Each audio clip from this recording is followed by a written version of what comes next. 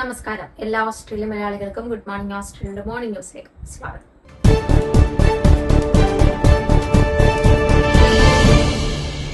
ഗാസയിൽ ഇസ്രായേൽ വ്യോമാക്രമണത്തിനിടയിൽ കൊല്ലപ്പെട്ട ഓസ്ട്രേലിയൻ സന്നദ്ധ പ്രവർത്തക സോമി ഫ്രാങ്കോമിന്റെ മരണത്തിൽ ക്രിമിനൽ കേസ് എടുക്കുന്നില്ലെന്ന ഇസ്രായേലിന്റെ നിലപാടിനെതിരെ ശക്തമായ പ്രതിഷേധവുമായി സർക്കാർ വീണ്ടും രംഗത്ത്.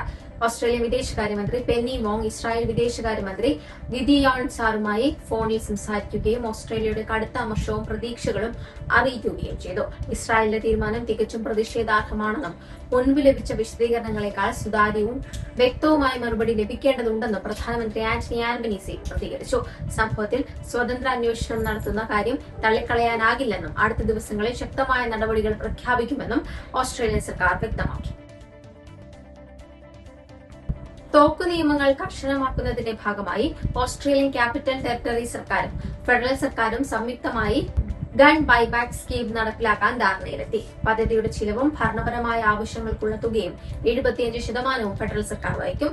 കൂടാതെ ശേഖരിക്കുന്ന ആയുധങ്ങൾ നശിപ്പിക്കുന്നതിനുള്ള മുഴുവൻ ചെലവും ഫെഡറൽ സർക്കാരാണ് നൽകുക. ബാക്കി തുക ACT സർക്കാർ കണ്ടെത്തണം. കഴിഞ്ഞ വർഷം ഡിസംബറിൽ ബോണ്ടായി ബീച്ചിലുണ്ടായ ഭീകരാക്രമണത്തെ തുടർന്നാണ് തോക്ക് നിയമങ്ങൾ കർശനമാക്കാനും വിദേശ പ്രചാരണങ്ങൾ തടയാനും ഓസ്ട്രേലിയൻ നാഷണൽ ക്യാബിനറ്റ് തീരുമാനമെടുത്തത്. ന്യൂ സൌത്ത് വെയിൽസിന് സമാനമായ രീതിയിലാണ് ACTയിലും ഈ പദ്ധതി നടപ്പിലാക്കുക. പദ്ധതി എപ്പോൾ ആരംഭിക്കുമെന്നും തോക്കുകൾ തിരികെ നൽകുന്നവർക്ക് എത്ര തുക നഷ്ടപരിഹാരമായി ലഭിക്കുമെന്നുള്ള വിവരങ്ങളും വരും ദിവസങ്ങളിൽ പ്രഖ്യാപിക്കും. ഓസ്ട്രേലിയൻ ക്യാപിറ്റൽ ടെറിട്ടറിയിൽ ലഹരി മരുന്നിന്റെ അമിത ഉപയോഗത്തെ തുടർന്ന് കഴിഞ്ഞ 2 ആഴ്ചയ്ക്കുള്ളിൽ 5 പേർ മരണപ്പെടുകയും 2 പേർ ഗുരുതരാവസ്ഥയിൽ രക്ഷപ്പെടുകയും ചെയ്ത സംഭവത്തിൽ ആരോഗ്യവകുപ്പും പോലീസും ജാഗ്രതാ നിർദ്ദേശം പുറപ്പെടുവിച്ചു. അമിത അടിമത്തത്തിന് കാരണമാകുന്ന ഒപ്പിയോയിഡുകളുടെ സാന്നിധ്യമാണ് ഈ സംഭവങ്ങൾക്ക് പിന്നിലെന്നാണ് പോലീസിന്റെ പ്രാഥമിക നിഗമനം.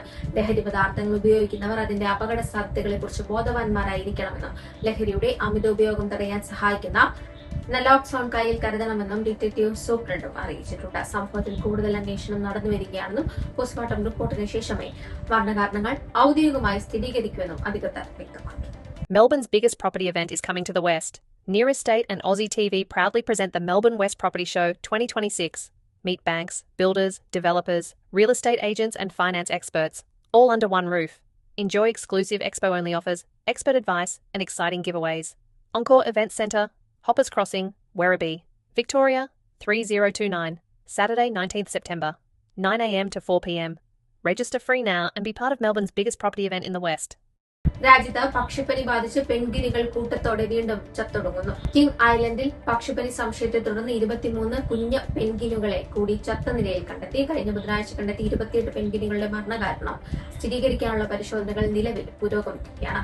ഇതിനോടകം തന്നെ ദ്വീപിലെ കടൽക്കാക്കകൾ ഉൾപ്പെടെയുള്ള മറ്റു പക്ഷികളിൽ മാരകമായ പക്ഷിപ്പനി വകഭേദവും സ്ഥിരീകരിച്ചിട്ടുണ്ട്. സാഹചര്യം വിലയിരുത്തുന്നതിനും നിരീക്ഷണം ശക്തമാക്കുന്നതിനുമായി കൂടുതൽ ജീവനക്കാരെ പ്രദേശത്ത് നിയോഗിച്ചതായി അധികൃതർ വ്യക്തമാക്കി. വംശനാശ ഭീഷണി നേരിടുന്ന അപൂർവ ഇനം പക്ഷികളിലേക്ക് വൈറസ് പടരുന്നത് വൻ ദുരന്തത്തിന് വഴിവെക്കുമെന്ന് വിദഗ്ധർ മുന്നറിയിപ്പ് നൽകുന്നുണ്ട്. ഓസ്ട്രേലിയ മണ്ണിൽ വിദേശ ഇടപെടലിനും ചാരപ്രവർത്തനത്തിനും മുതിർന്ന 27-കാരനായ റഷ്യൻ ഓസ്ട്രേലിയൻ പൗരൻ അറസ്റ്റിലായി. Australian federal police commissioner Krissy Barrett വാർത്താ സമ്മേളനത്തിലാണ് വിക്ടോറിയ സ്വദേശിയായ ഇയാളെ ബ്രിസ്ബെയിനിൽ നിന്ന് പിടികൂടിയ വിവരം പുറത്തുവിട്ടത്. 2024 ഒക്ടോബറിൽ റഷ്യ സന്ദർശിച്ച് സൈനിക പരിശീലനം പൂർത്തിയാക്കിയ ഇയാൾ 2025 മെയ്യിൽ ഉക്രൈനിൽ സൈന്യത്തിൽ ചേർന്ന് അവരുടെ സുപ്രധാന സൈനിക വിവരങ്ങൾ ചോർത്തുകയായിരുന്നു. തുടർന്ന് റഷ്യൻ ഇന്റലിജൻസ് ഏജൻസികളുമായി ബന്ധമുള്ളവർക്ക് ഈ വിവരങ്ങൾ കൈമാറാൻ ശ്രമിച്ചതിന് ഇയാൾക്കെതിരെ കേസെടുത്തിട്ടുണ്ട്. കുറ്റം തെളിയിക്കപ്പെട്ടാൽ 20 വർഷം വരെ തടവ് ശിക്ഷ ലഭിക്കാവുന്ന ഗൌരവകരമായ കുറ്റകൃത്യമാണിതെന്ന് പോലീസ് കമ്മീഷണർ വ്യക്തമാക്കി.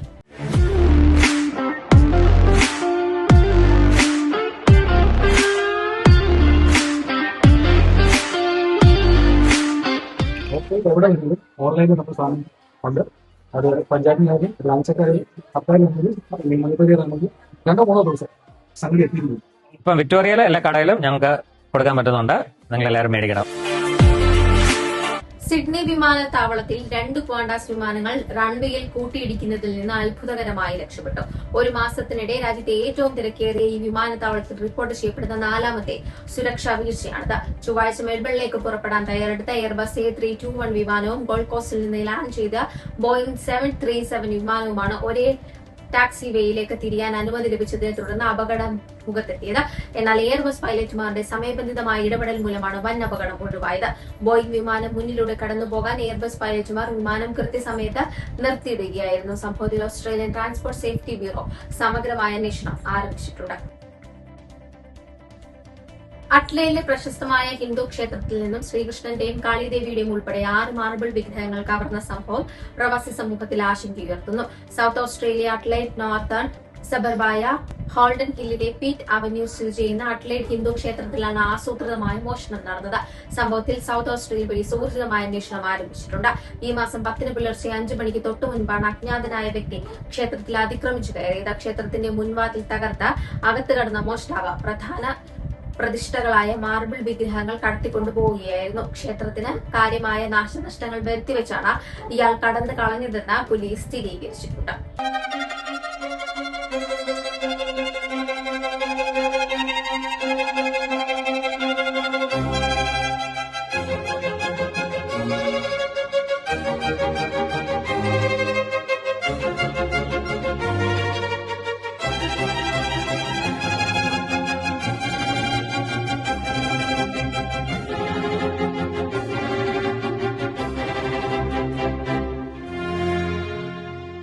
പാർട്ടി ജൻസി ആകണമെന്ന് CPI സംസ്ഥാന കൌൺസിലിന്റെ ആവശ്യം. പരമ്പരാഗത സമര രീതികളും പ്രവർത്തന ശൈലിയും ഉപേക്ഷിച്ച് ജന്തർ മന്ത്ര സമരം മാതൃകയാക്കണം. നേതാക്കളെ കണ്ടല്ല മുദ്രാവാക്യങ്ങൾ കണ്ടാണ് യുവജനങ്ങൾ അണിനിരക്കുന്നതെന്നും പാർട്ടിയിൽ നിന്നും വിമർശനം ഉയർന്നിട്ടുണ്ട്.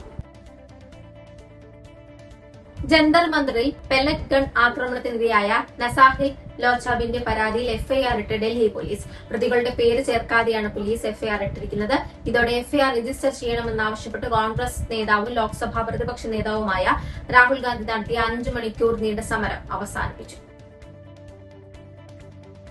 കള്ളൻ വിജയം വിവാദത്തിൽ Deshabhimani associate editor KR Ajayan രാജിവെച്ചു. വിവാദത്തെ തുടർന്ന് അജയനെ മാറ്റി നിർത്തുകയായിരുന്നു. 2027 ഫെബ്രുവരി വരെ സർവീസ് ഉണ്ടായിരിക്കെയാണ് രാജി. KR അജയനോട് ഒന്നുകിൽ രാജിവെക്കാനോ അല്ലെങ്കിൽ അവധിയെടുക്കാനോ നേരത്തെ ദേശാഭിമാനി നിർദ്ദേശം നൽകിയിരുന്നു.